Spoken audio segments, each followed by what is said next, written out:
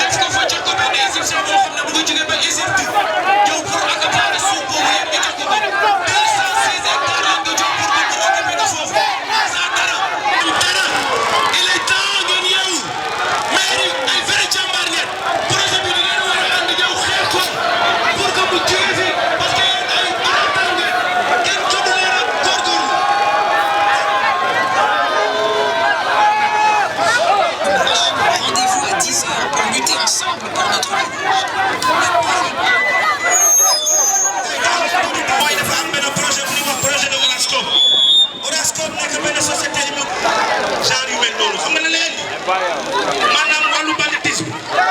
wàllum jigéen ñuy jaay seen bopp xam nga lan la timis bu weesoo loolu moo dal Saly moo dal Almadi te loolu du nga nangu fii Togo am suñu sunu ay ndaw di xëy di liggéey di daan seen doole ñoo xamante ni faale wu ñu état donc non Orascom ñii ñëw ak ay magaj yu inondation yi am ñàkk ñoo ñu ko teg parce que ñoo war ñàkk tabax DGPU non Papis Diop donc mbokk yi non Issa Thioune ñoom nag ñu ngi wër te lu askan wax est-ce que ñu bëgg mooy dëgg ku nu nangu guerre nu nangu ko vraiment une chose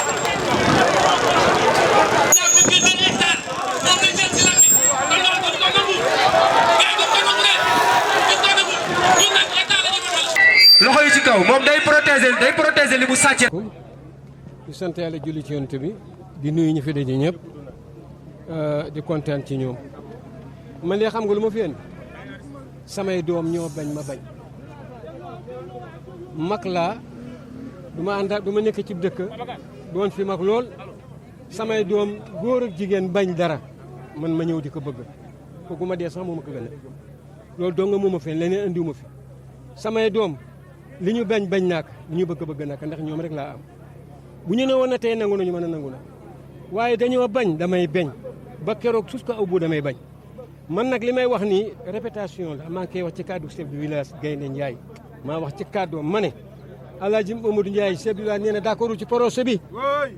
Mamadou Ndiaye d'accord ci projet bi naka ñëpp a dégg Sénégal naka dégg fu dul Sénégal naka dégg Mamadou Ndiaye ay doomam duñu ko fal ba pare di bañ lëf mu ñëw di ci d'accord kon du gor Mamadou Ndiaye gor la kaddu gu jëkk ga ba tey mooy gu mu jigi fu mu dem fu mu bëgg war a dem demu fa man ma dem fa may na ma wax na ma waxal ci sama kaddu li may wax ci kaddu nag xam naa ko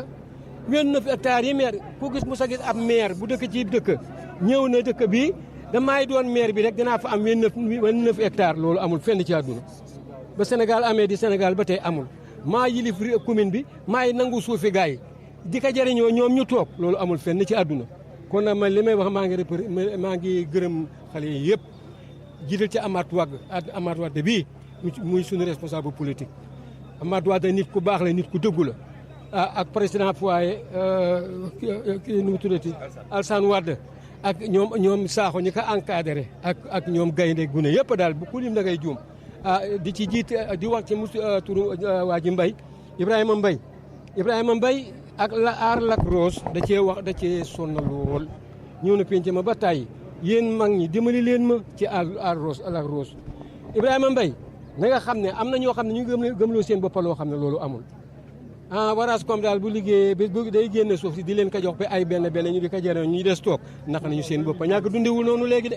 ñàgg lépp lu mu am parce que commencé ki jëkk juddu ba si ki mujj juddu ñoo koy bokk ak lu ñàgg am nag bu yaakaar ne am nga taxaw nga foo xam ne bu ñàgg li nga bëgg bu amee ñàgg yow moomu yaay jariñ ñu ci des toog ndax nga sa bopp de ñàgg dundewul noonu de ñàgg dundewul jarul nangu ger bu ñu leen ger bu leen jël ger dama ne ñoo ñu jël ger ba yaakaar na ñoo ci ne wallahi asim wallahi bu ñu amee ngeen am barke Alaaji Maalik maa ko giñ tey doxu ñaxtu bi nga xam ne moom la ñuy def nii dafa am benn société bi nga xam ni ñu ngi koy wax Casa Orascom muy société égyptienne boo xam ni état daf ko jox 216 hectares fii ci Lac Rose ñun nag population ñàgg ñu gis ni foofu mu bëgg a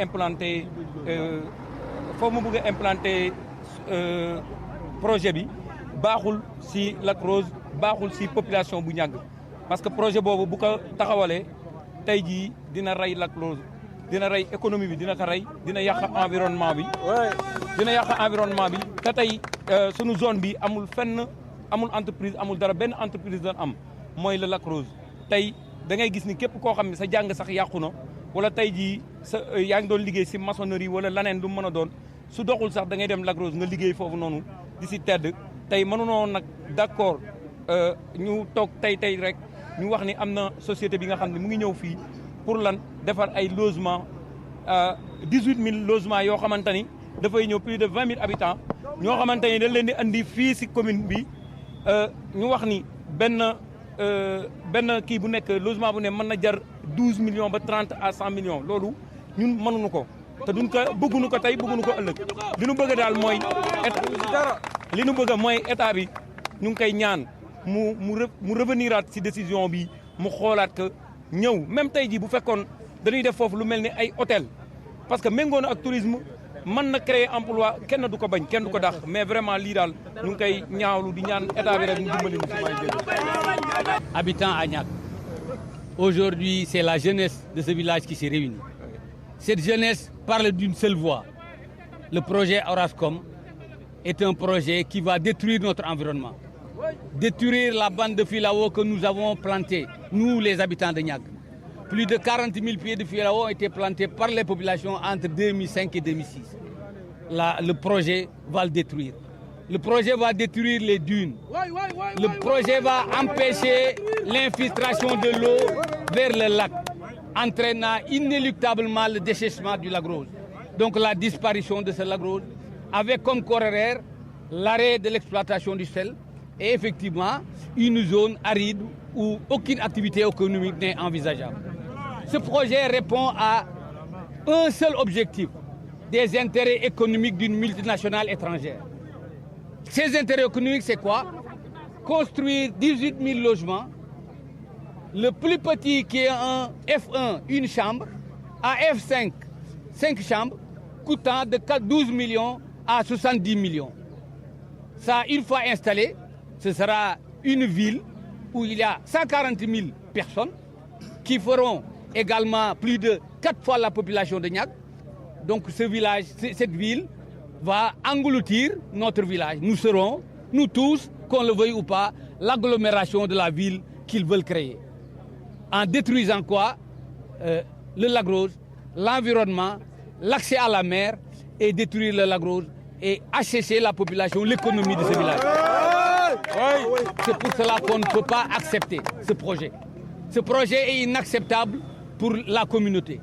On ne peut pas vivre ici, naître ici et ne rien laisser aux générations futures pour des intérêts d'une multinationale égyptienne. Vraiment, c'est inacceptable. Le directeur de la DGPU, qu'est-ce qu'il nous dit? Le DGPU, Orascom apporte 400 milliards. Qu'est-ce que c'est 400 milliards par rapport à notre vie? Rien du tout. Notre vie n'est pas négociable. Notre vie n'a pas de prix. Nous n'acceptons pas ce projet. Donc aujourd'hui, c'est une étape.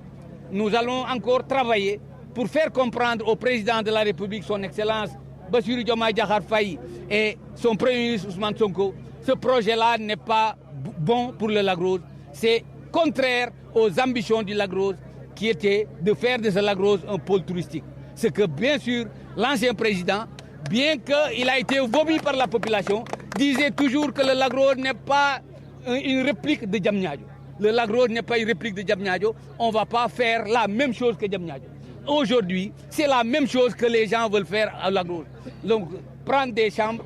et les vendre et partir. Par qui? Par une multinationale. Ceci, c'est inacceptable. Nous disons non.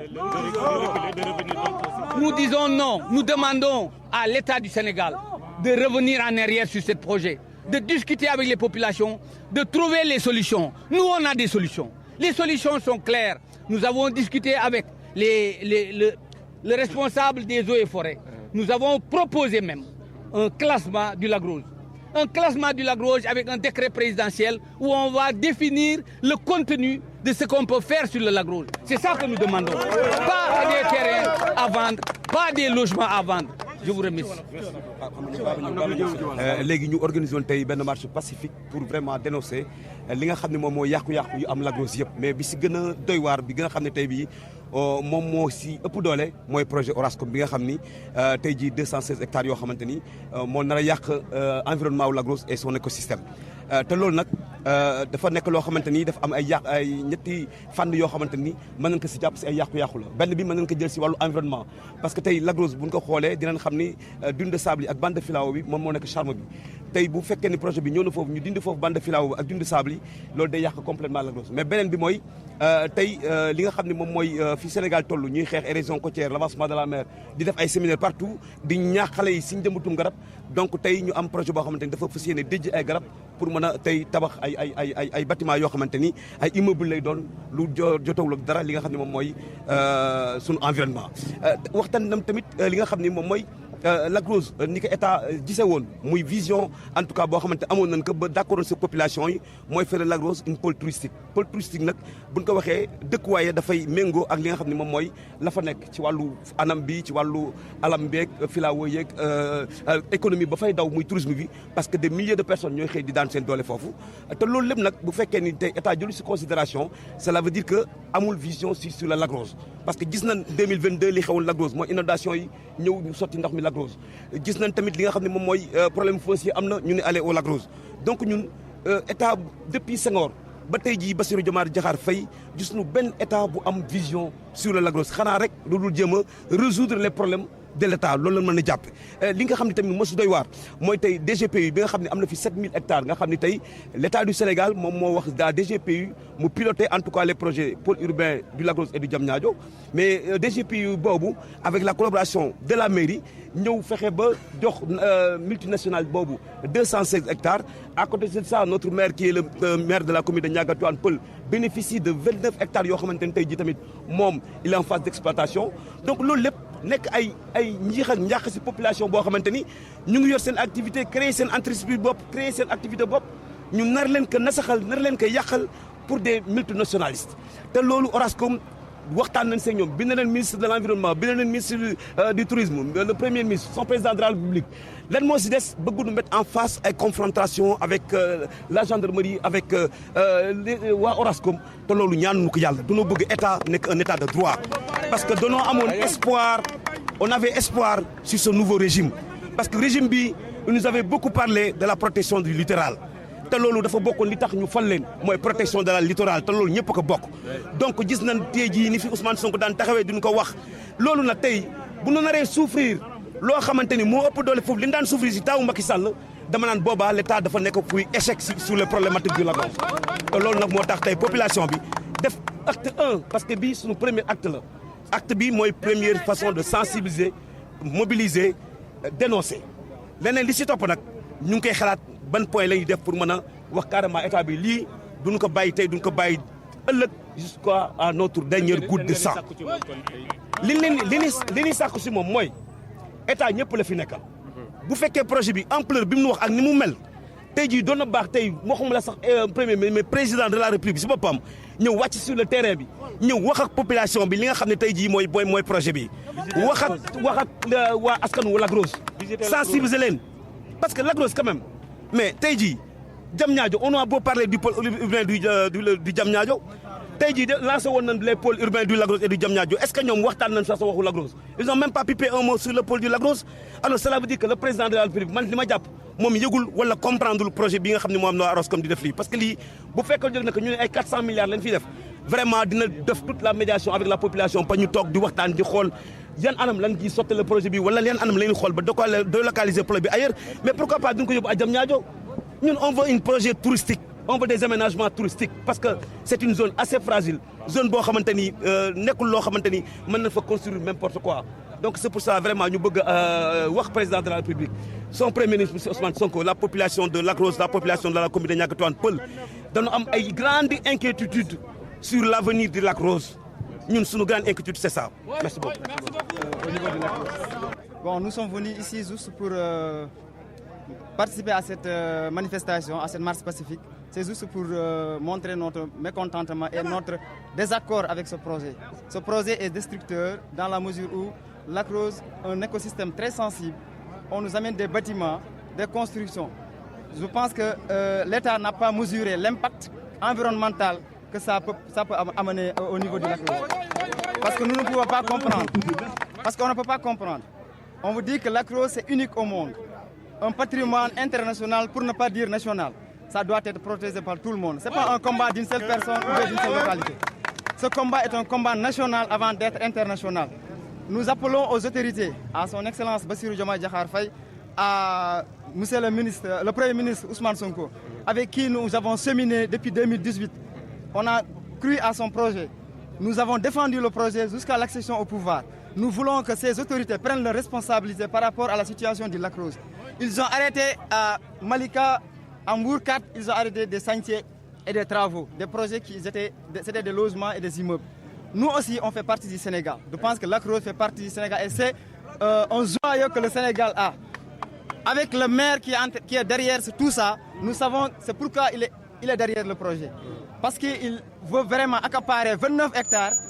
au détriment de la population, au détriment des activités touristiques qui sont au Lac Rose. Nous n'accepterons pas ça, nous allons nous battre à notre dernier souffle. Parce qu'on ne peut pas comprendre. Depuis des siècles ou bien des années,